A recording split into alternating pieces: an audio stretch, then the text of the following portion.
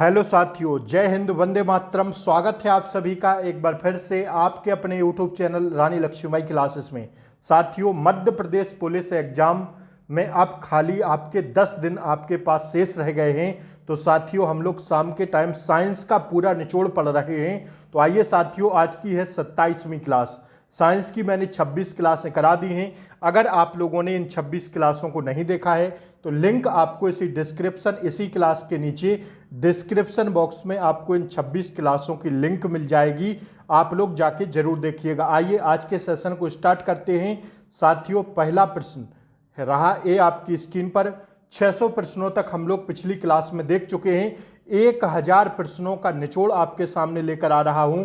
तो प्लीज आप लोग बने रहिए चैनल पर और क्लास को लाइक कर दें। आगाज करते हैं आज की क्लास का। विद्युत चुंबकीय प्रेरण के नियमों का उपयोग निम्न में से किसको बनाने में उपयोग किया जाता है। ध्यान रखिएगा, आपसे पूछा जा रहा है कि विद्युत चुंबकीय प्रेरण के नियमों का उपयोग निम्न में से किसको बनाने में उपयोग किया जाता है। तो भैया यह जनित्र बनाने में उपयोग किया जाता है। किसको जनित्र बनाने में उपयोग किया जाता है? किसका? विद्युत चुंबकीय प्रेरण के नियमों का। ठीक है, आइए अगले प्रश्न को हम लोग देखेंगे। दूसरा प्रश्न रहा आपकी स्क्रीन पर। विद्युत मोटर निम्न सिद्धांत के अनुसार कार्य करती है। तो जो विद्युत मोटर होती है यह फैराडे के नियम पर काम करती है। किसके?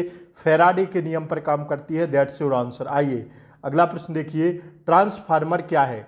तो ट्रांसफार्मर जो है, यह ट्रांसफार्मर जो है एसी वोल्टता को घटाने और बढ़ाने में प्रयुक्त किया जाता है।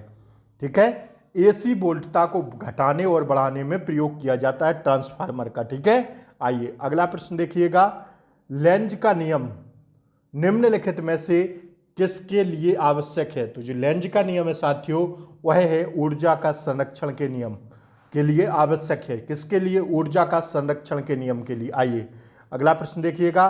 गोली की तरह आपको रिवीजन करा रहा हूं, बस आप लोग मेरे साथ बने रहिए और चैनल पर नए हो तो सब्सक्राइब कर लें ताकि आगे आने वाली क्लासों का नोटिफिकेशन आपको सबसे पहले मिले। ठीक है, और क्लास को लाइक कर दें, एक बार शेयर कर दें। परमाणु के नाभिक में होते हैं क्या? तो परमाणु के नाभिक में प्रोटॉन व न्यूट्रॉन दोनों होते हैं। That's your answer. आइए अगले प्रश्न को देखते हैं। न्यूट्रॉन की खोज की थी किसने? तो न्यूट्रॉन की खोज की थी चैडविक ने। किसने? चैडविक।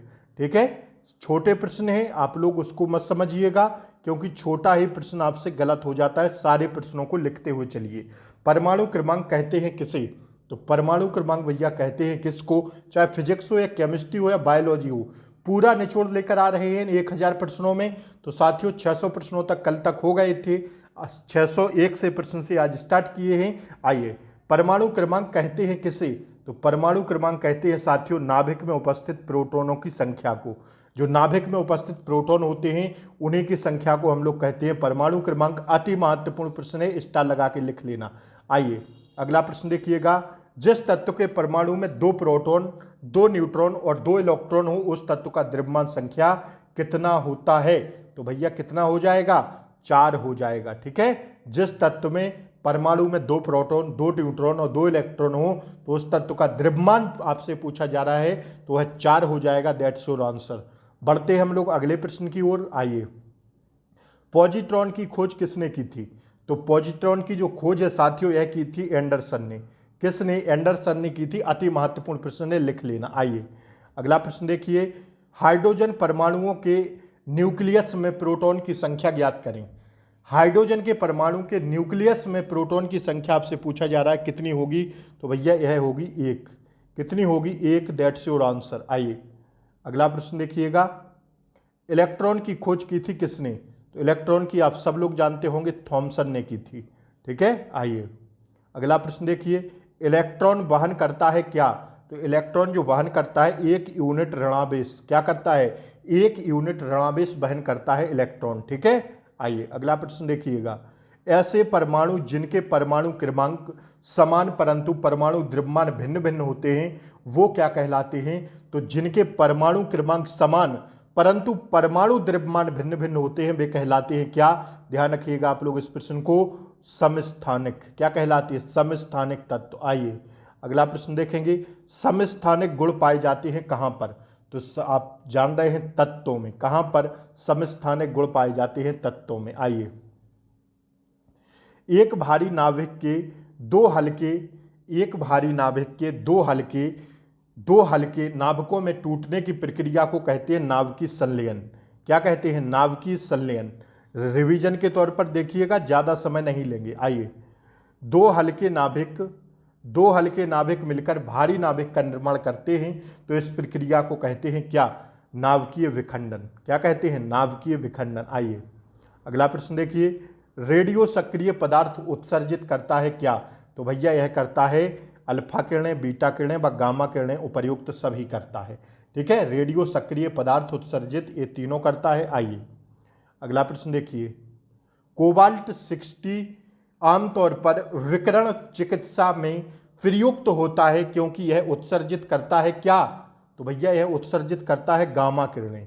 कोबाल्ट 60 आमतौर पर विकिरण चिकित्सा में प्रयुक्त होता है क्योंकि यह गामा किरणें उत्सर्जित करता है। आइए अगला प्रश्न देखिएगा, नाभिकीय रिएक्टर में निम्नलिखित में से किसे मंदक के रूप में प्रयोग किया जाता है?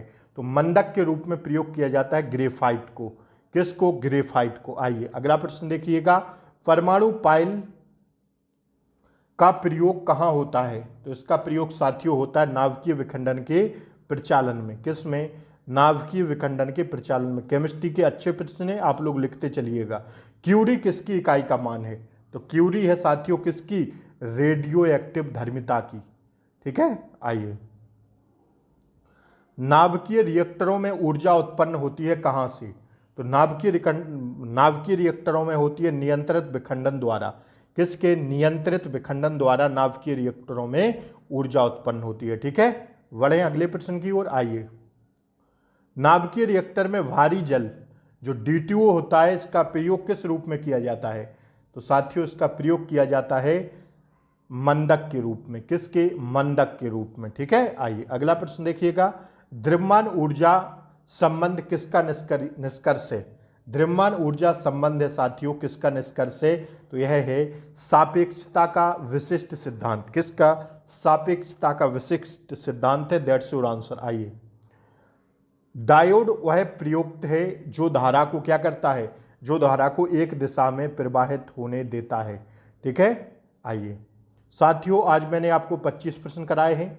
टारगेट अपना बताएं कितना रहा। चैनल पर नए हो तो लाइक शेयर सब्सक्राइब कर दें। ठीक है ना, सुबह जुड़े रहिए। आप लोग करंट अफेयर्स का निचोड़ लेकर आ रहे हैं तो उसमें भी बने रहिए। ठीक है, तो साथियों जय हिंद। आज के लिए इतना ही, मिलते हैं कल सुबह करंट अफेयर्स के साथ। तब तक के लिए जय हिंद।